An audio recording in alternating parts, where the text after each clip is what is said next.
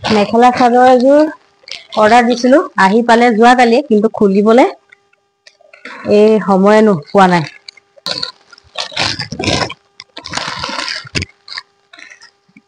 আৰু প্ৰথম মই ইনষ্টাগ্ৰামৰ পৰা এনেকৈ কাপোৰ অৰ্ডাৰ দিছো দেই মানে মেখেলা চাদৰ প্ৰথম অৰ্ডাৰ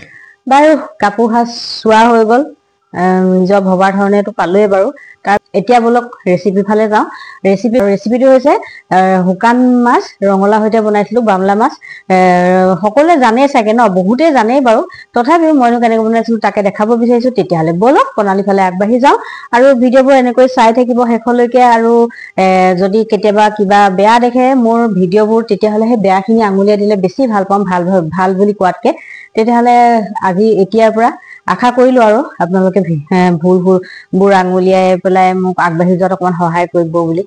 তেতিয়াহলে মই ৰঞ্জনাই ৰজনাছ ব্লগৰ আন এটা ভিডিঅ'ৰ মাজলৈ সকলোকে পুনৰবাৰ স্বাগতম জনাইছো আশা কৰিছো সকলোৱে ভালে আছে আৰু কুশলে আছে আৰু এইফালে মই কলোৱে নহয় শুকান মাছৰ ৰঙলাও দি বনাব লৈছো বুলি গতিকে মই এই মাছখিনি আগতীয়াকৈ কাটি লৈছো এনেকৈ আৰু মাছখিনি আচলতে সময়ত যেতিয়া বনাবৰ সময়ত কাটি লোৱাতকৈ আপোনালোকে আগতীয়াকৈ কাটি মেলি ধুনীয়াকৈ এয়াৰটাইট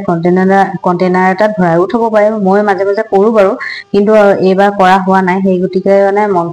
কলো আৰু কথাটো যোনটো মই কৰো আৰু এই মাছখিনি কাটি লৈ মেলি অলপমান কুহুমীয়া গৰম পানী দি পেলাই সেইখিনি মই ঢাকি থৈছো এনেকৈ মই কুহুমীয়া গৰম পানী দি 2-3 বাৰ মান ভালকৈ ধুই মেলি লৈ এয়া নিমখ হালধি সানি লৈছো তাৰ পিছতে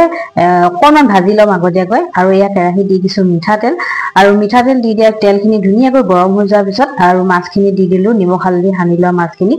মাছখিনি বহুত বেছি ভাজিব নালাগে মানে মই সোৱাদৰ কাৰণেহে অকণমান ভাজি লৈছো আগতীয়াকৈ তেতিয়া ভাল লাগিব আৰু অকণমান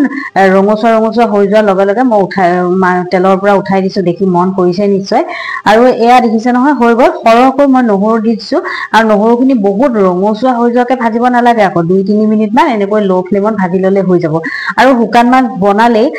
মই কিন্তু নহৰু আমাৰ ঘৰত মানে বিশেষকৈ নহৰু বেছিকৈ দি পেলাই এনেকৈ শুকান মাছ বনাও আৰু খাই বিৰাট ভাল লাগে মানে সোৱাদটো আৰু আপোনালোকে ৰেচিপিবোৰ কেনেধৰণে বনালে ভাল পায় বা সেনেকুৱা জনাবচোন আৰু এই মাছবিধ অৱশ্যে আপোনালোকে শুকান মাছৰটো চাটনি বনাইও খোৱা হয় মই যেনিবা আজি ভাজি হিচাপত বনাইছো আৰু বাৰু ঠিক আছে নহৰুখিনি ভাজি লোৱাৰ পাছত পিঁয়াজ দি দিলো পিঁয়াজো অকণমান ডাঙৰ চাইজৰ এটা পিঁয়াজ দি দিলো আজি আৰু পিঁয়াজখিনি দি অকণমান সময় ভাজি লোৱাৰ পিছত এয়া ৰঙলাও আৰু আলু এটা দিছো আলুটো একেবাৰে অপচনেল দেই আলুটো মই মানে সৰু চাইজৰ এটা আলু দিছো মাত্ৰ তাৰপিছতে নিমখ আৰু হালধি দি এইখিনি ৰঙলাওখিনি দি ধুনীয়াকৈ মিক্স কৰি ঢাকন মাৰি এতিয়া ভাজি আছো মানে কি আচলতে ৰঙলাওখিনি 90% মান একদম যেতিয়া কুক হৈ যাব মানে সিজি উঠিব তেতিয়ালৈকে এইখিনি ভাজি আছো আৰু মাজে মাজে প্ৰয়োজন হলে আপোনালোকে পানী দিব পাৰে যেনেকৈ মই দিছো আৰু এনেকৈ মাজে মাজে ঢাকন উঠাই লৰাইও থাকিব লাগিব আৰু লাগি ধৰিছে নেকি সেইটোও চাব লাগিব লগতে চাব লাগিব আমাৰ ৰঙলাওখিনি সিজিছে নে নাই আৰু লাগি ধৰাটো প্ৰশ্নই নুঠে ৰেচিপি এটা যিহেতু সকলোৱে অকল মোৰ কথা কোৱা নাই পাকঘৰত যেতিয়া বনাই যিয়ে নহওক লাগিলেহে আলু ভাজি অকমানে হওক সুন্দৰকৈ জুতি লগাকৈ বনাবলৈ সকলোৱে চেষ্টা কৰে নহয় জানো আৰু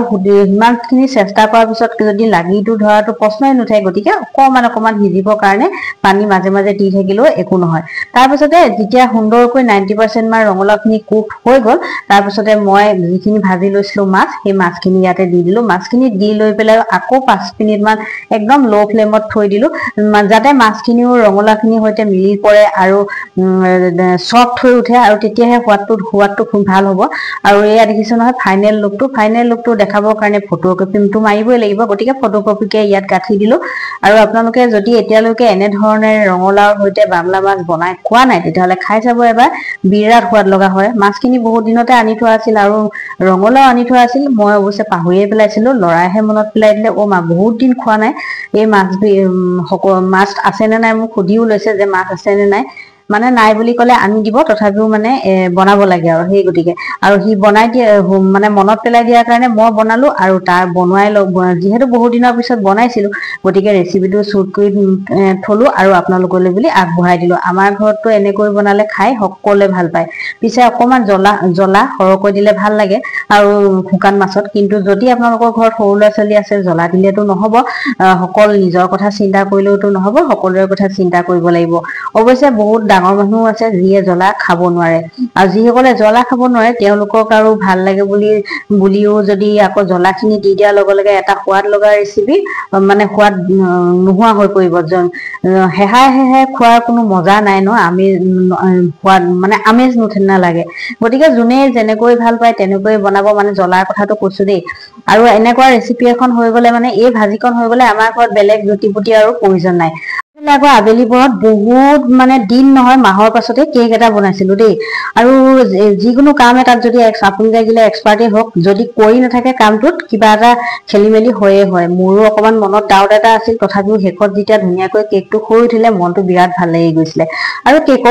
কেক বনাবলৈ সকলোৱে জানে আৰু দিবলগীয়া ৰেচিপি হয় বুলি মই আৰু নাভাবোগে। আৰু এইফালে আমাৰ ডুগু এতিয়াতো লাহে লাহে গৰম পৰিছে, এই গৰমে লাগিছে নে ঠাণ্ডাই লাগিছে নে অভ্যাসবশতঃ চোফাৰৰ ওপৰত শুই আছে, ক'ব পৰা নাই। বাৰু যিয়ে নহওক, তাৰে ঘৰ, সি য'তেই মন যায় তাতে শুব পাৰিব। তেতিয়াহ'লে আজিলৈ ইমানেই দেই, বাই বাই।